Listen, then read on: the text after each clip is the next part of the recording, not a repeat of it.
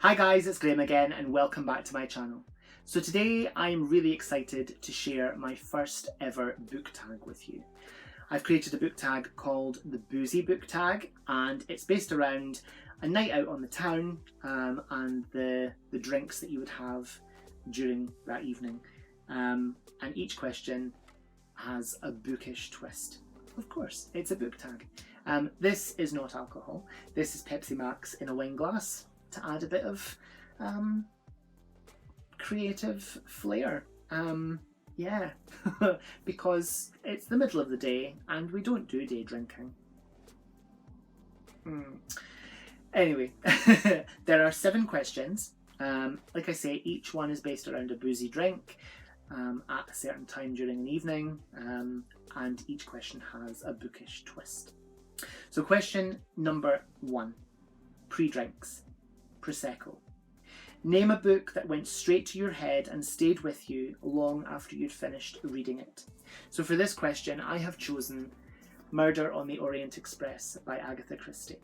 I first read this when I was about 12 years old, and it not only introduced me to Agatha Christie's writing, but also to the genre of crime fiction as well.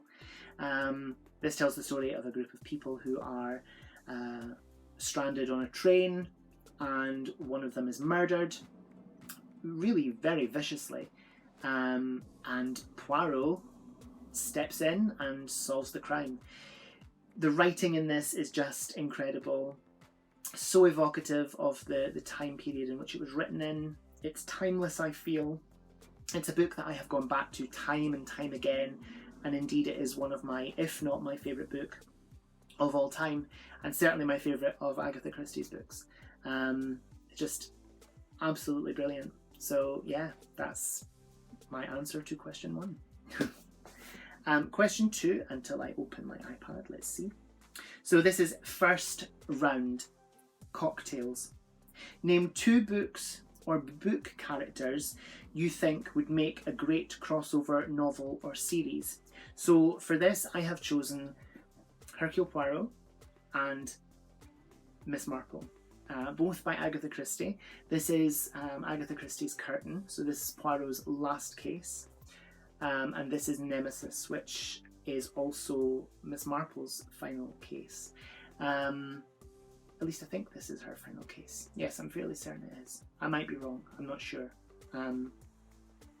If it's not, then I'll pop something on the screen down below. I haven't read a lot of Miss Marple, so I'm not entirely sure. But this is certainly Poirot's last case. Agatha Christie wrote this during the Blitz in London, in case she were killed during that time period, and it was kept in a vault, and it was published shortly before her death in the mid-1970s. But anyway, I would love to see these 2 characters meet in a novel, because they never ever did during Agatha Christie's time, and I think that they would be absolutely incredible. The bombastic, out there Poirot and the quiet little old lady Miss Marple. I think they would work so well together. These 2 amazing detective brains coming together, and it's a shame that they never ever did meet. And I don't think that modern writers who have carried on in the style of Agatha Christie could do it justice. I think the only person that could would be Agatha Christie herself. And unfortunately, obviously, because she is no longer with us, it will never happen. So it's a case of a wish that will never come true. But I think these 2 would work so well together. Can you imagine? It'd be brilliant. I'll just open my iPad again for question number 3, which is second round. Blue Wicked or Smirnoff Ice? Who's your favourite love to hate and or guilty pleasure book character? So I have chosen my love to hate, which is, or rather who is, the Grand High Witch from Roald Dahl's The Witches. She's love to hate because she's so camp and out there, and yet she's so diabolically evil. yeah, you do love to hate her, because I think obviously that's the way that Roald Dahl wrote the characters of these witches, especially the Grand High Witch, because she's such a diabolically evil entity, but at the same time she's like camp as a row of tents, and it's just fabulous. So yeah, the Grand High Witch is my love to hate. My guilty pleasure will always be, has always been, and will remain forever, Bridget Jones from Bridget Jones' Diary by Helen Fielding. I feel that Bridget Jones is the every person.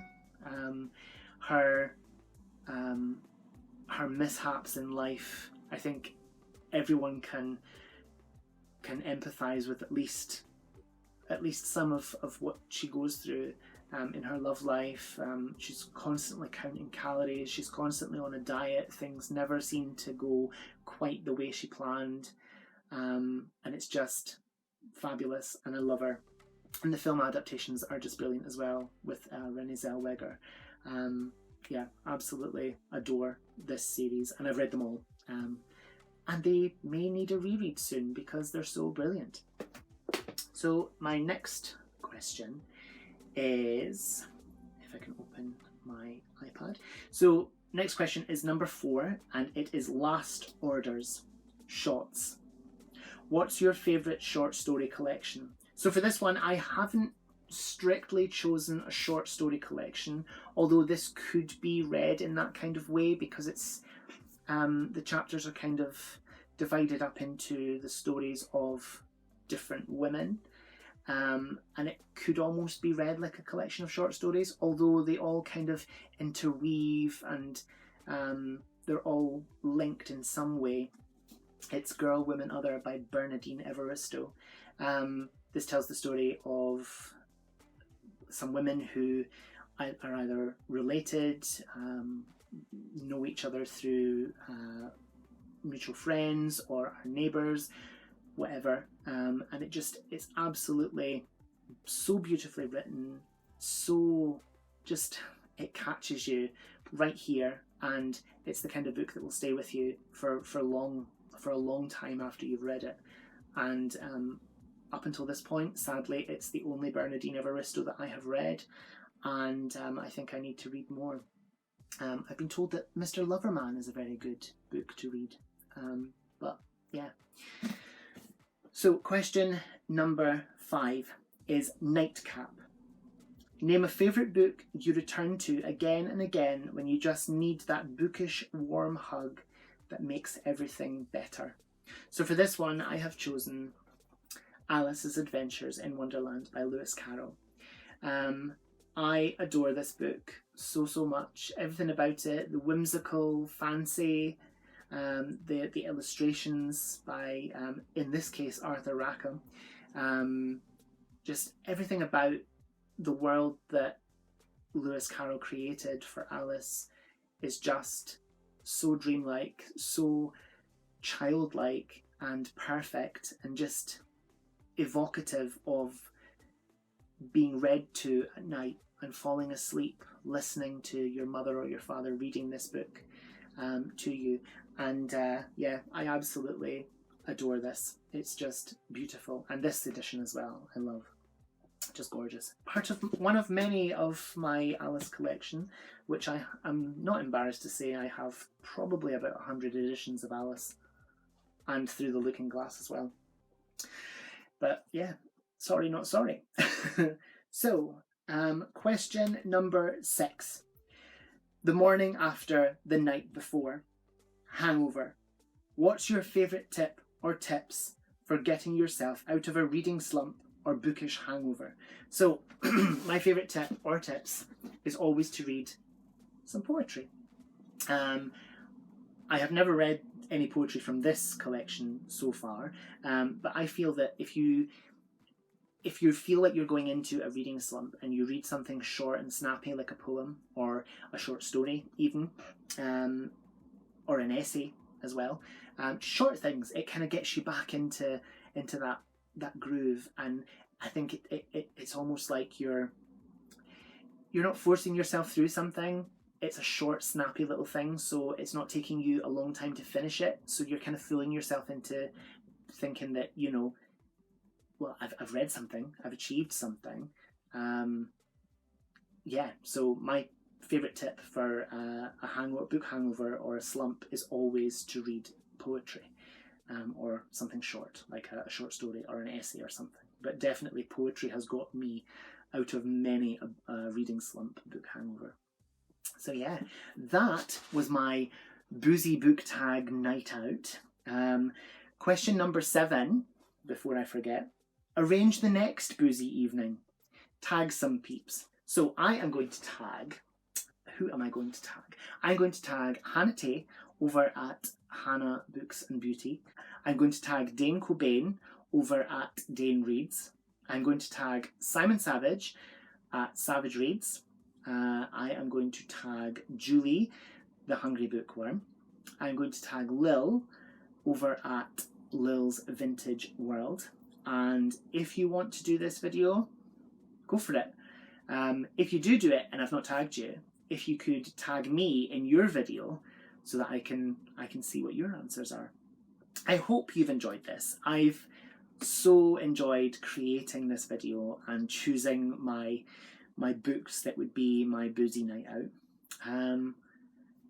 So yeah, I hope you have fun doing the same.